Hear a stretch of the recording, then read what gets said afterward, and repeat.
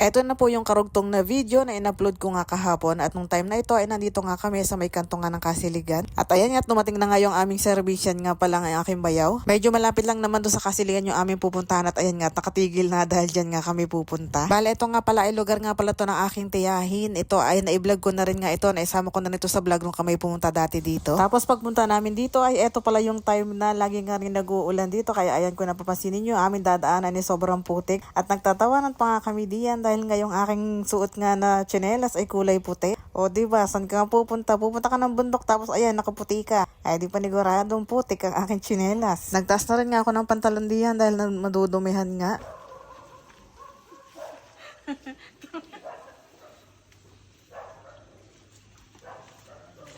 Madulas ka.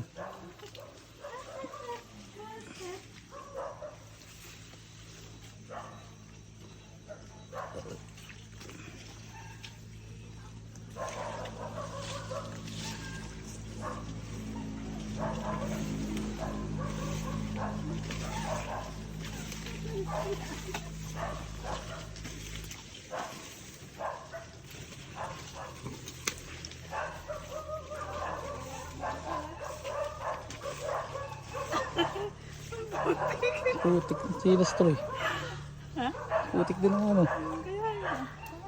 After nga ng putikan at tubigan, eto naman nga ang ahonin ng aming inahon dyan. Hindi naman siya gaanong katarik pero talagang hingal na hingal nga ako diyan sa pag-akyat. Abay, ikaw ba naman ang tumaba ay pag hindi ka nga naman talaga hiningal dyan. At pagdating nga namin dito, eto nga aming tiyahin, ayan nga at naglalaba nga siya diyan ay medyo maambon-ambon pa nga at buti na nga lang, ayan, may nilagay nga siyang payong para nga daw hindi siya maulanan. Medyo nagulat pa nga ayan dahil bigla nga kami dumating dito. Abay, natutuwa rin nga kasi nga binibisita nga siya. Nung time kasi na ospital yan at nagkasakit ay talaga hindi na nga rin ako nakapunta diyan at busy nga rin dito nga sa tindahan. Kaya kapag ka talaga kami napapasyal dito ay talagang binibisita nga namin yan. Bali dito nga pala kami nga lumaki sa lugar na ito pero hindi naman siya mismo dyan sa lugar na yan. Medyo malayo-layo lang siya ng konti. Bali ang tiya kong iyan ay kapatid kasi iyan ng aking inay. At ayun nga, habang nga nagkukwentuhan dito, ayan, nakakita kami ng kalamansi and ang pagkakadami ng bunga dun sa taas. Sabi nga hindi na nga daw nakukuha dahil sobrang taas nga, kaya ayan, nag-try nga ako manungkit diyan. At kahit papaano naman nga ay may nakukuha, kaya nga lang ay hindi na nga namin itinuloy dahil kapag ka nalalaglag ay yung nababasag siya at kaya hindi rin magtatagal iyan kasi minsan pumapait nga iyan kapag kayo bugbog na siya. Nag-try nga di manguha diyan ang aking mister. Abay, sabi ko nga, abay, parang mas marunong pa ako sa yung manguha niyan. Charot lang, may nakuha rin naman siya dyan, konti nga laang. Tapos may nakita rin nga isa pang panungkit itong aking kapatid, ayan, tinry nga niya. Bali, iyan yung parang panungkit din ata, iyan ang kay Mito. Dito talaga sa probinsya, kapag ka talagang masipag ka magtanim, ayan, darating ang araw na meron